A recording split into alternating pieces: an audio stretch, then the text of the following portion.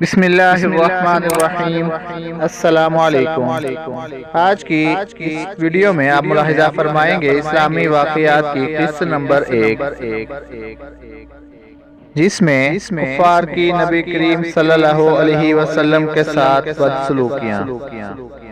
ایک روزہ حضرت صلی اللہ علیہ وسلم بیت اللہ میں نماز پڑھ رہے تھے کہ عقبہ بن ابی معیط آیا اور آتے ہی اپنی چادر اتار کر رسول اللہ صلی اللہ علیہ وسلم کے گلے مبارک میں ڈال دی اور پیچ در پیچ دینے شروع کر دیے۔ آپ صلی اللہ علیہ وآلہ وسلم کا دم گھٹنے لگا۔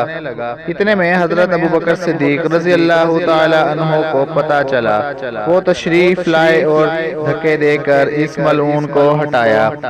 کفار نے آپ کو طرح طرح کی تکلیفیں دی، کبھی جسم اوپر نجاستیں ڈالی، کبھی گلے میں پھندا ڈال کر کھینچا، گھر کے دروازے کے سامنے کانٹے بچھائے تاکہ صبح سویرے جب آپ یا آپ کے بچے باہر نکلے تو کوئی کانٹا چبھ جائے۔ گالیاں دی، استغفر اللہ، قتل کے منصوبے بنائے، جسم اطہر کو لہو لہان کیا، قید میں رکھا۔ آپ صلی اللہ علیہ وسلم کے صحن میں پکے ہوئے کھانے پر غلاظتیں پھینکی۔ آپ صلی اللہ علیہ وسلم کی شان میں اس قدر گستاخیاں کی کہ اللہ کی پناہ، کبھی پاگل کہہ کر پکارا اور کبھی جادوگر، کبھی مذمم کہا اور کبھی شاعر۔ اللہ اکبر۔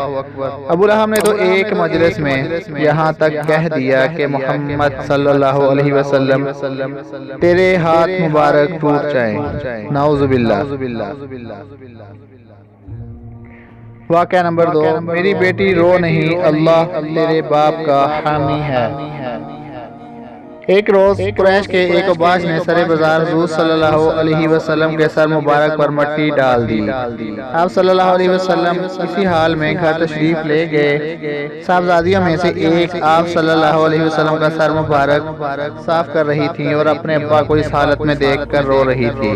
آپ صلی اللہ علیہ وسلم ان کو تسلی دیتے اور فرماتے کہ رو نہیں میری بیٹی، اللہ تعالی تیرے باپ کا حامی ہے۔